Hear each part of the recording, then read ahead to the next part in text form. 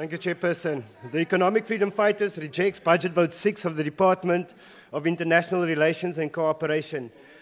This Department of International Relations is mandated to work towards the realization of this country's international relations objectives, chief among which to ensure that the global community continues to view us as a credible partner for trade and cooperative partners in the leadership of global institutions.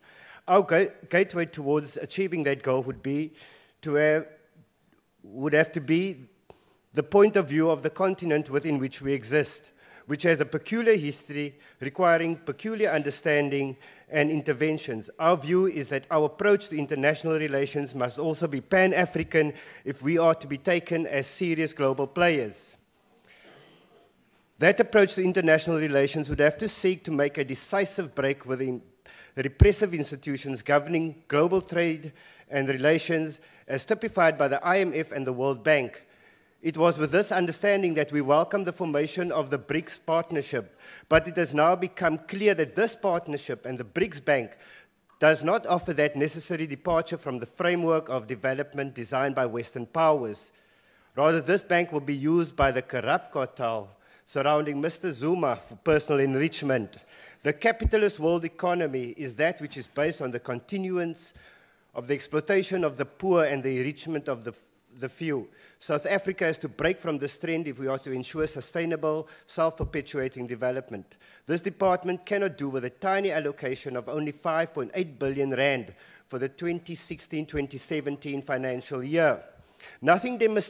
Chairperson, nothing demonstrates the pettiness and the foolishness of the Zuma administration more than its dumbing down of the African Renaissance and International Cooperation Fund, or ARF, which is ignored primarily because it is seen as a Mbeki creation.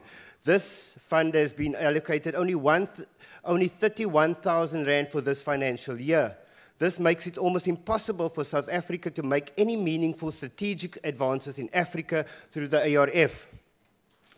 Sadly, our international relations seem to have been hijacked as a means towards satisfying the unquenchable, corrupt desires of Mr. Zuma. We send our soldiers to African countries without any clear mandates, endangering their lives with no clear international relations gains for our country.